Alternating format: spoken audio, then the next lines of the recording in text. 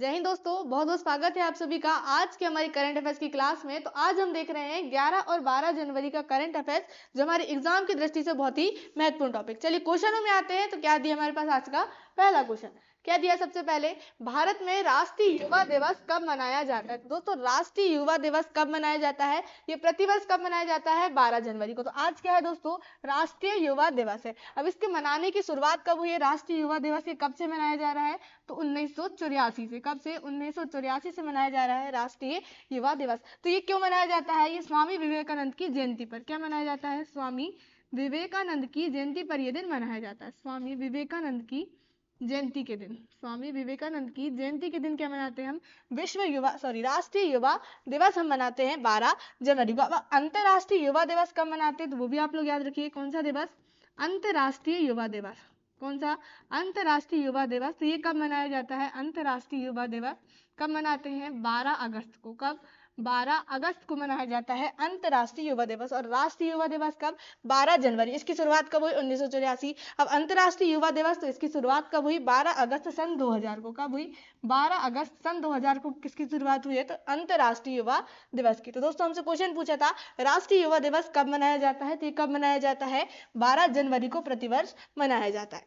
चलिए आगे आते हैं अगले क्वेश्चन में। हम विश्व हिंदी दिवस 2025 की थीम क्या है, क्या पूछा है, विश्व हिंदी दिवस 2025 की थीम क्या रखी गई थी। तो क्या रखी गई थी दोस्तों, एकता और सांस्कृतिक गौरव की वैश्विक आवाज। क्या रखी गई थी, एकता और सांस्कृतिक गौरव की वैश्विक आवाज। क्या रखी गई थी, ये विश्व हिंदी दिवस की थीम। अब दोस्तों ये हिंदी दिवस कब था, विश्व हिंदी दिवस, कौन सा दिवस, विश्व हिंदी दिवस। तो ये कब मनाया जाता है, विश्व हिंदी दिवस 10 जनवरी को। प्रतिवर्ष कब, 10 जनवरी को मनाते हैं विश्व हिंदी दिवस। तो इस बार 2025 की जो थीम थी, एकता और सांस्कृतिक गौरव की वैश्विक आवाज। क्या रखी गई थी, 2025 की थीम रखी गई थी। चलो जल्दी से आप लोग कमेंट से बता दो, राष्ट्रीय हिंदी दिवस कब मनाया जाता है, राष्ट्रीय हिंदी दिवस कब मनाया जाता है, राष्ट्रीय हिंदी दिवस कब मनाया जाता है, आप लोग कमेंट से बताओगे। चलिए आगे आते हैं अपने क्वेश्चन में। क्या दिया गया है, हाल ही में थर्ड आई एशियन फिल्म फेस्टिवल का आयोजन कहाँ किया जा रहा है। थर्ड आई एशियन फिल्म फेस्टिवल का आयोजन कहाँ किया जा रहा है, तो ये कहाँ पर, मुंबई में। कहाँ पर, मुंबई में थर्ड आई एशियन फिल्म फेस्टिवल का आयोजन किया जा रहा है मुंबई में। इसमें दोस्तों कितनी, 61 फिल्म, 61 फिल्म क्या है इसमें नाम आया है। इसमें क्या दिया जाएगा, इनको अवार्ड दिया जाएगा। थर्ड आई एशियन फिल्म में 61 फिल्मों का चयन किया गया है। चलिए आगे आते हैं हम। इसका और जो कहाँ पर हो रहा है इसका आयोजन, तो मुंबई में हो रहा है। आप लोग याद रखोगे, मुंबई में। हाल ही में पीएम नरेंद्र मोदी ने देश की पहली ग्रीन हाइड्रोजन हब की आधारशिला कहाँ रखी है, पहली ग्रीन हाइड्रोजन हब की आधारशिला कहाँ रखी है, तो आंध्र प्रदेश में। आंध्र प्रदेश में कहाँ, तो विशाखापट्टनम। कहाँ पर, विशाखापट्टनम में। विशाखापट्टनम कहाँ आता है, आंध्र प्रदेश में। तो नरेंद्र मोदी के द्वारा पहली ग्रीन हाइड्रोजन हब की आधारशिला रखी गई है। ये ग्रीन हाइड्रोजन हब जो है दिन में क्या करेगी, दिन में 1500 टन, कितने, 1500 टन हाइड्रोजन का क्या करेगी, उत्पादन करेगी। किसका, हाइड्रोजन का उत्पादन करेगी, हाइड्रोजन का उत्पादन करेगी। दिन में कितना, 1500 टन।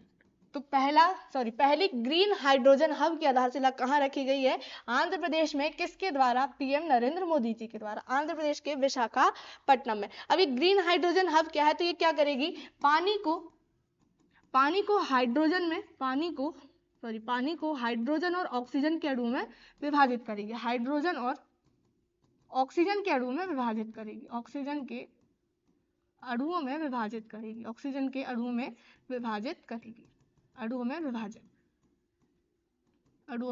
तो कहाँ पर इसकी आधारशिला रखी गई है, तो आप लोग याद रखोगे, आंध्र प्रदेश में पहली ग्रीन हाइड्रोजन हब, पहली है इसलिए आप लोगों के लिए इंपॉर्टेंट भी है। चलिए हाल ही में भारतीय नौसेना में P-75 की 6वीं और आखिरी स्कॉर्पियन पनडुब्बी शामिल हुई है। इसका नाम क्या है, किसमें, भारतीय नौसेना में भी 6वीं और आखिरी जो है स्कॉर्पियन पनडुब्बी शामिल हुई है। इसका नाम क्या है दोस्तों, तो उसका नाम आप लोग याद रखेंगे, बाघसीर। क्या नाम दिया गया इसे, बाघसीर पनडुब्बी को नाम दिया गया। ये क्या है, आखिरी है, 6वें नंबर की है।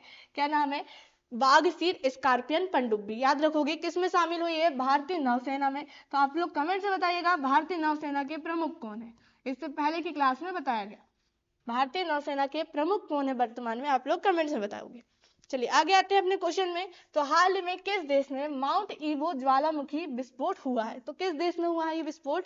तो कहाँ पर? इंडोनेशिया में। कहाँ पर हुआ है? इंडोनेशिया में माउंट ईवो ज्वालामुखी से विस्फोट हुआ है। दोस्तों आपको याद होगा इंडोनेशिया, क्या इंडोनेशिया इससे पहले की क्लास में मैंने बताया था ब्रिक्स का 10वां सदस्य बन चुका है। इंडोनेशिया क्या बन चुका है? ब्रिक्स में शामिल होने वाला 10वां देश बन चुका है। ब्रिक्स में शामिल होने वाला 10वां देश। तो अब आप लोग कमेंट में बताओगे ब्रिक्स के बारे में आप लोग क्या क्या जानते हो, इसके 9 सदस्य के नाम आप लोग को याद है तो आप लोग जरूर कमेंट्स में बताओ। चलिए आगे आते हैं अपने क्वेश्चन में। तो हाल ही में लेबनान देश में नए राष्ट्रपति किसे चुना गया? कौन से देश में? लेबनान देश में नए राष्ट्रपति चुना गए हैं। वो कौन चुने गए हैं दोस्तों? वो कौन? Joseph on. क्या नाम है उनका? Joseph on. कहाँ के राष्ट्रपति बनाए गए हैं? लेबनान देश के। कहाँ के? लेबनान देश के राष्ट्रपति। हाल ही में इंडियन पुलिस फाउंडेशन का नया अध्यक्ष किसे नियुक्त किया गया है? तो इंडियन पुलिस फाउंडेशन किसका जो अध्यक्ष चुना गया है वो किसे चुना गया है? ओपी सिंह को। किसे? इंडियन पुलिस फाउंडेशन का अध्यक्ष ओपी सिंह को चुना गया है। चलिए आगे आते हैं। आप लोग यहाँ पर एक नाम दिया गया बहादुर सिंह साहू, तो इन्हें क्या चुना गया है? भारतीय महा एथलेटिक्स का अध्यक्ष। भारतीय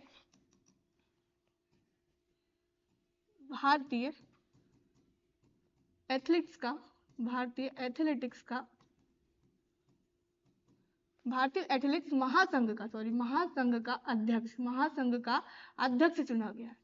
महासंघ का अध्यक्ष किसे? बहादुर सिंह साहू को आप लोग याद रखोगे। चलिए आगे आते हैं अब अगले क्वेश्चन में हम। तो हाल ही में प्रीतीश नंदी का निधन हो गया है, वे क्या थे? तो दोस्तों वो क्या थे? फिल्म निर्माता। क्या थे?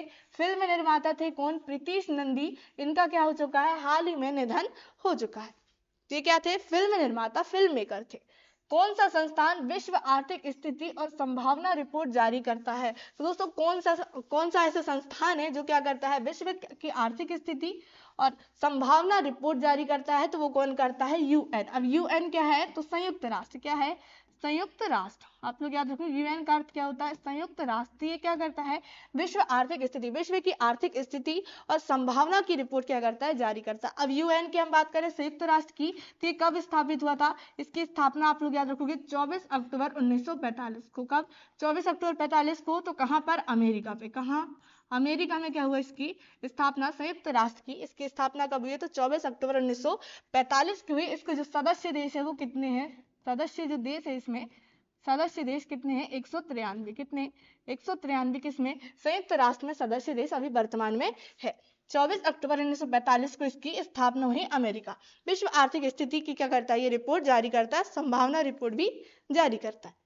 हाल ही में मार्टिन गप्टिल ने अंतरराष्ट्रीय क्रिकेट से संन्यास लिया है। तो ये कहाँ से है? न्यूजीलैंड से। क्या पूछा है? किसने संन्यास लिया है? मार्टिन गप्टिल ने अंतरराष्ट्रीय क्रिकेट से, किससे? इंटरनेशनल क्रिकेट से संन्यास लिया है। ये व्यक्ति कहाँ से है? तो न्यूजीलैंड से। और ये क्या है? मार्टिन गप्टिल बल्लेबाज है। क्या है ये? बल्लेबाज। चलिए मार्टिन गप्टिल इन्होंने संन्यास ले लिया। ये कहाँ से है?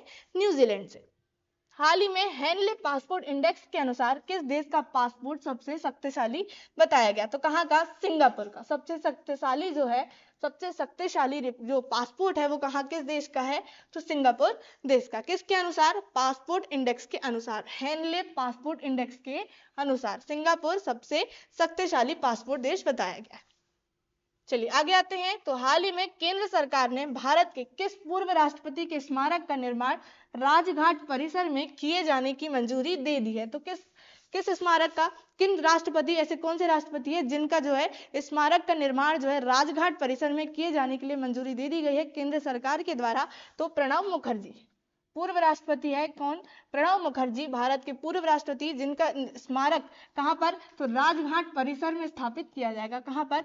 राजघाट परिसर में। राजघाट परिसर ये कहाँ है? दिल्ली में। राजघाट कहाँ है? दिल्ली में है। तो यहाँ पर किसका स्मारक यहाँ पर लगाया जाएगा? तो प्रणब मुखर्जी का। किसने मंजूरी दी है? केंद्र सरकार ने। किसके द्वारा? केंद्र सरकार के द्वारा मंजूरी दे दी गई। ये क्या रहे? हमारे भारत के पूर्व राष्ट्रपति रहे। चलिए फ्लेमिंगो फेस्टिवल किस राज्य में मनाया जाता है? कौन सा फेस्टिवल? फ्लेमिंगो फेस्टिवल किस राज्य में मनाया जाता है? तो किस राज्य में? आंध्र प्रदेश में। ये फेस्टिवल से क्वेश्चन छोड़ना नहीं है, फेस्टिवल के क्वेश्चन इंपॉर्टेंट है। इससे पहले हमारी एक फेस्टिवल की क्लास आई, आपने नहीं देखे तो आप लोग जरूर देखें।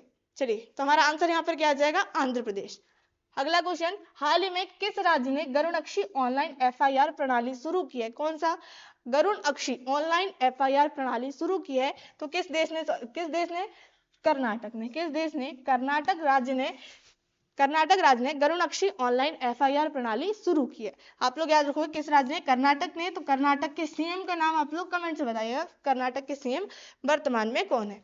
चलिए आगे देखें, तो हाल ही में बीमा सखी योजना शुरू करने वाला दूसरा राज्य कौन सा बना है? तो दूसरा जो राज्य बन गया है कौन सा? गोवा। क्या चालू करने वाला? बीमा सखी योजना शुरू करने वाला सेकंड क्या बन चुका है? ये राज्य बन चुका है। भारत का दूसरा राज्य जिसने क्या किया है? बीमा सखी योजना चालू किया है। अब पहला राज्य कौन सा था? तो पहला कौन सा था? हरियाणा। पहला जो राज्य था वो क्या था? हरियाणा। पहला राज्य हरियाणा और दूसरा जिसने बीमा सखी योजना चालू किया है वो क्या है? गोवा। पहला हरियाणा, दूसरा गोवा, बीमा सखी योजना। चलिए आगे आते हैं, अगला क्वेश्चन हमारे पास, जनवरी 2025 में नए राजस्व सचिव के रूप में नियुक्त किए गए हैं, तो वो किसे किया गया है? तुहिन कांता पांडे को। किसे?